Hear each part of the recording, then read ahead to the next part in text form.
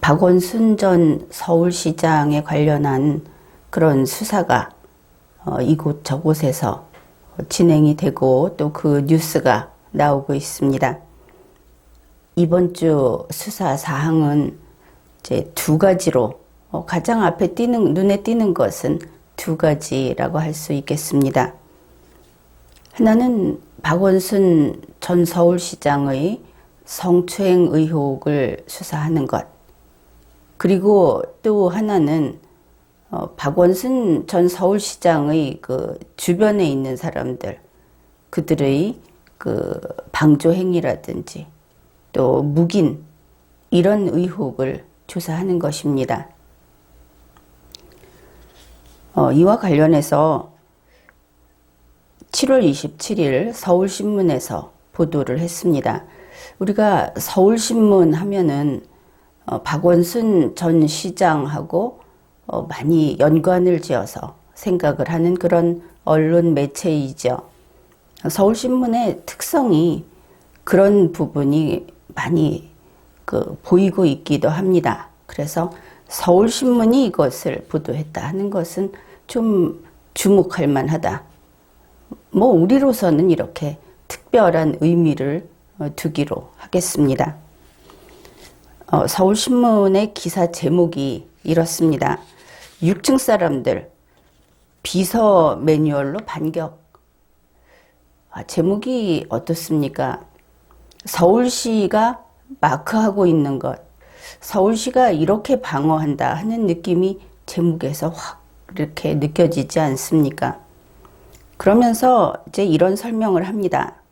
경찰이 박원순 서울시장의 측근으로 구성이 된 서울시청 6층 사람들을 소환해서 조사한다.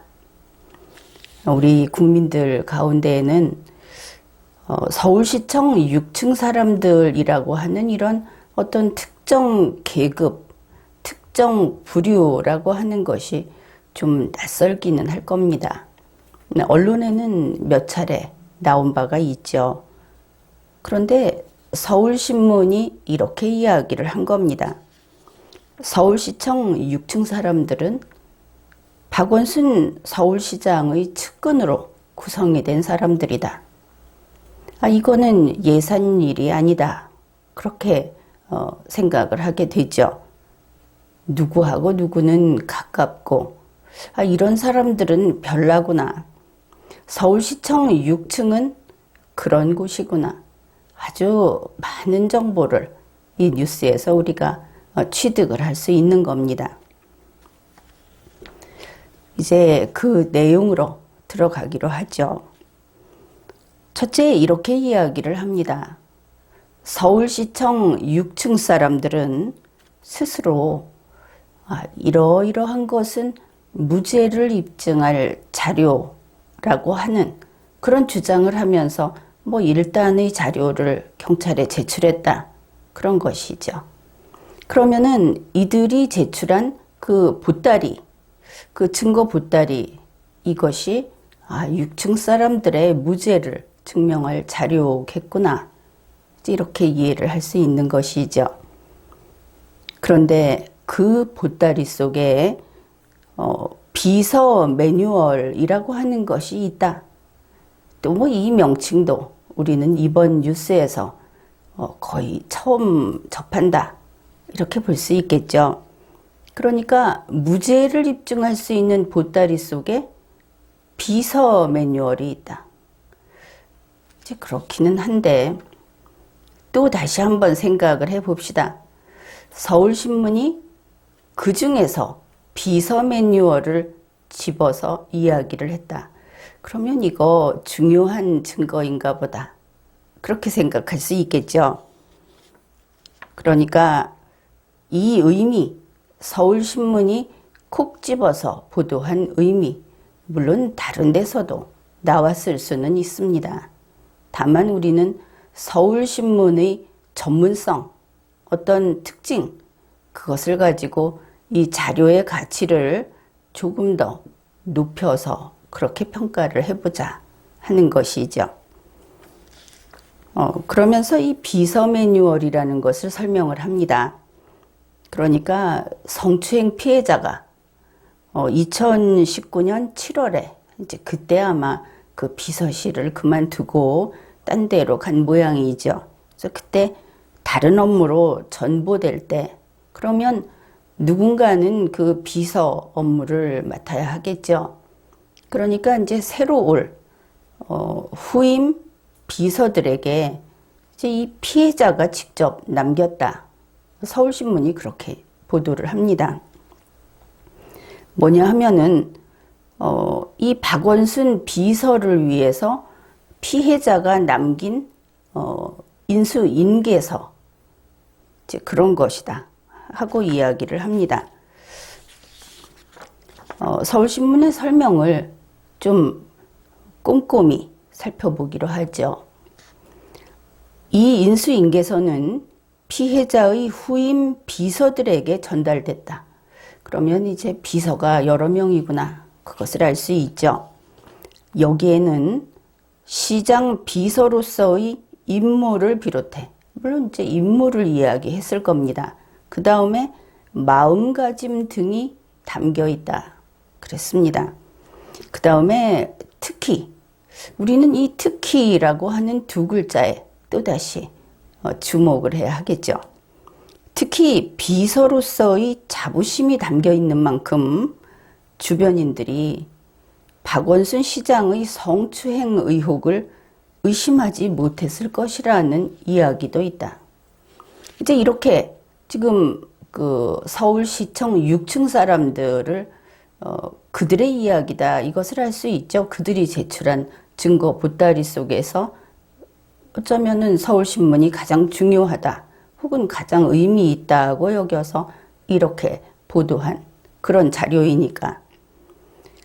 그러면은 이제 우리 국민들로서는 서울시청 6층 사람들의 묵인 혹은 방조라고 하는 그런 혐의, 이것을 서울신문이 이런 정보를 전달함으로써 부정하는 것인가?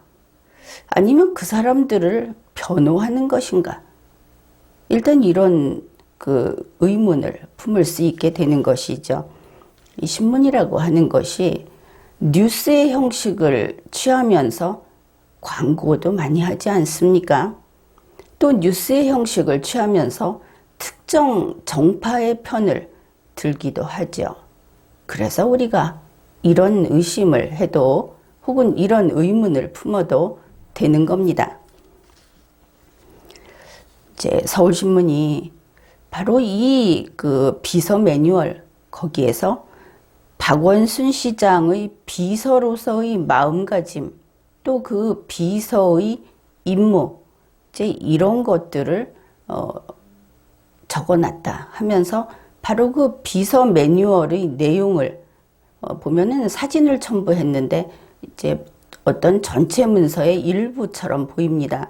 그 비서라고 써 있는 그 아래 부분만을 보여주고 있어서 한 가지 이 사진을 보면서 의문이 생겼던 것은 가령 A4 용지라고 한다면은 그것을 한 3분의 2 정도를 잘라서 보여준 것이다.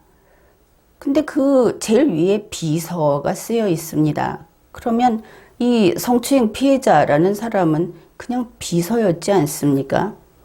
그 위에 비서가 아닌 사람들에 대한 업무 그 인계 인수 매뉴얼까지 작성을 했었는가?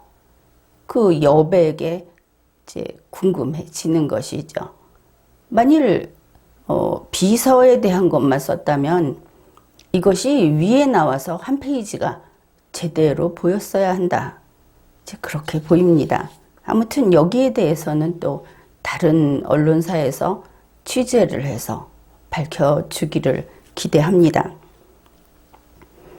이제 그 내용 중에서 제일 먼저 소개한 것이 이 부분입니다.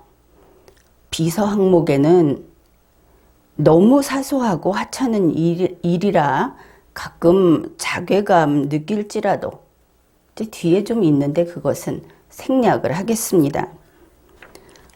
이제 여기에서 우리 국민들은 좀 어리둥절해지는 것이죠.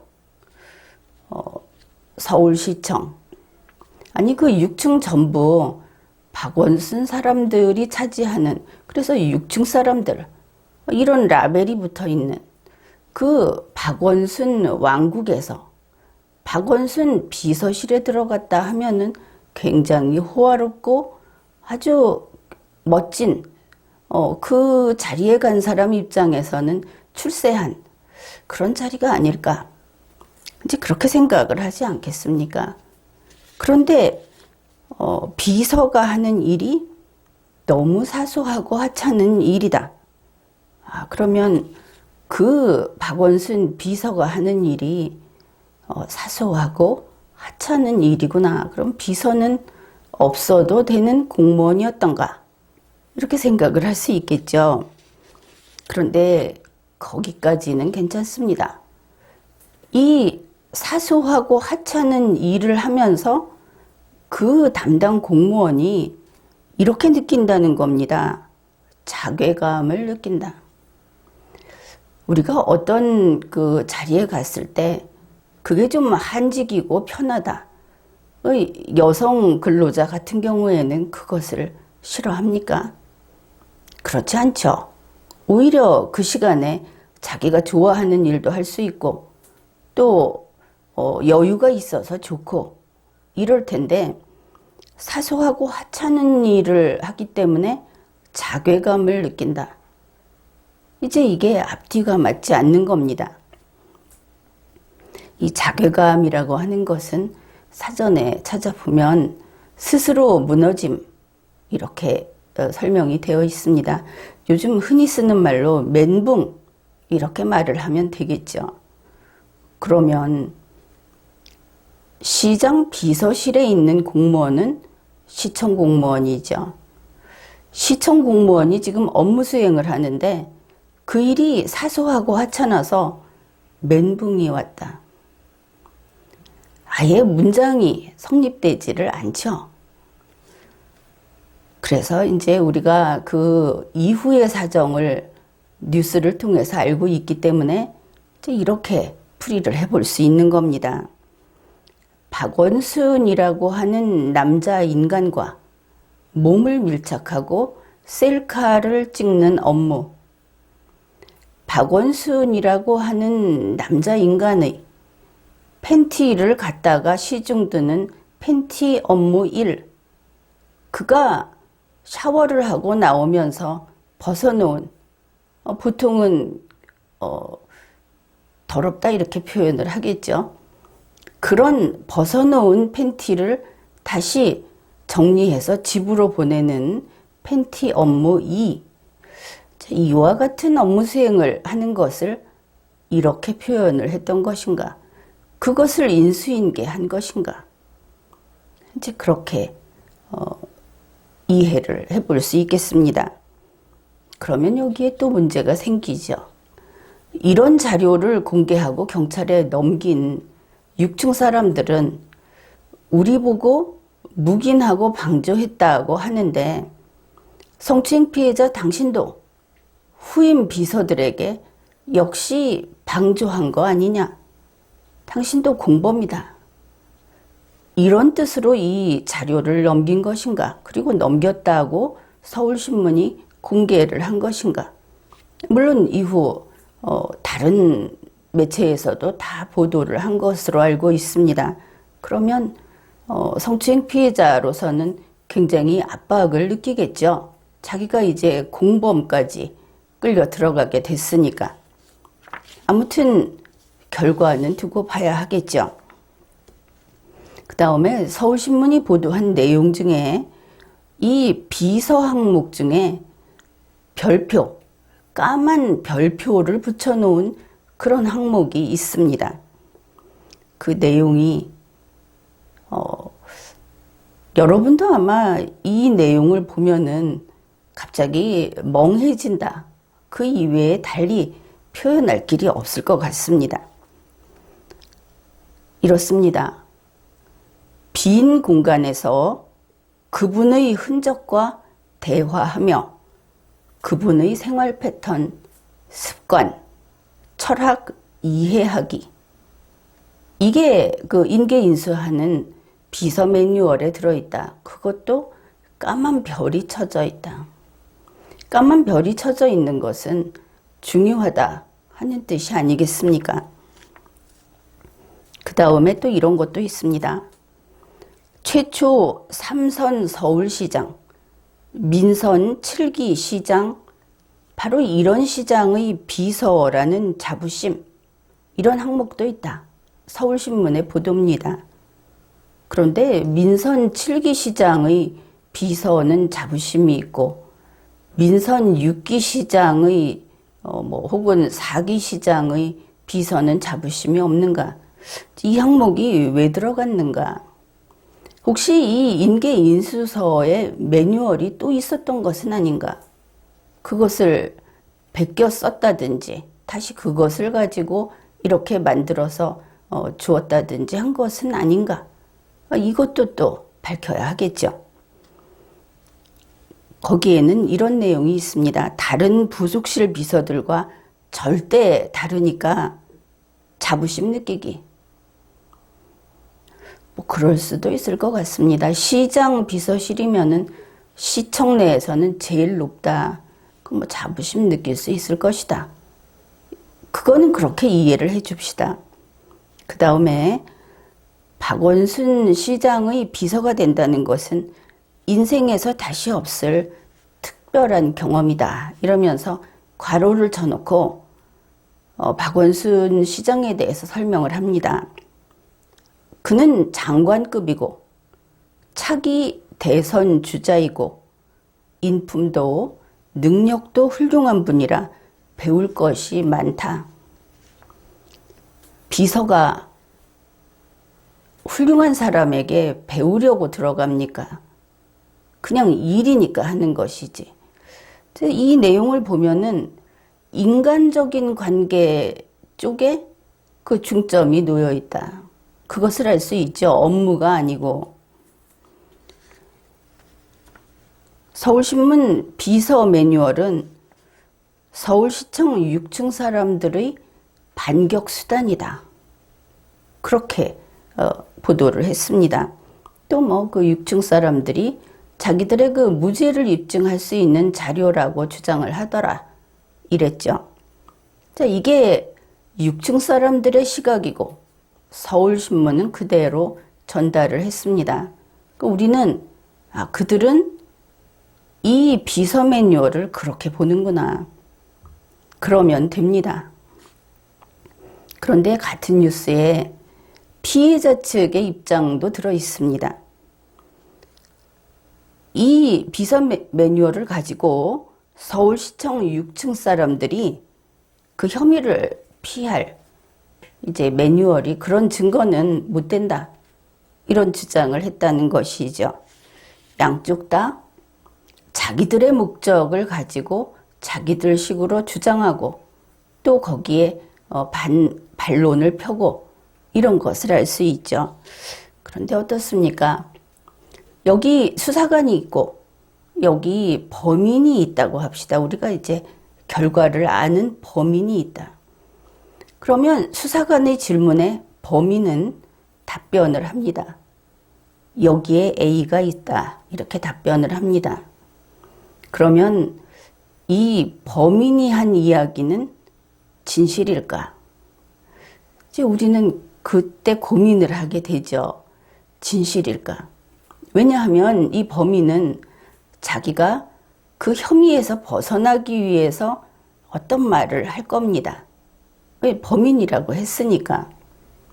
그러면은 이런 경우에 완전 범죄가 성공을 해가지고 범인이 무사히 빠져나가느냐? 그것은 영화 속에나 있는 이야기입니다. 수사관은 범인이 거짓말을 하든 사실을 섞어서 이야기하든 범인이 자기 목적을 위해서 하는 바로 그 말 속에서 사실을 밝혀냅니다. 그게 수사관의 전문성인 것이죠. 이것을 수사에 있어서는 실체적 진실을 밝힌다. 그렇게 이야기를 합니다.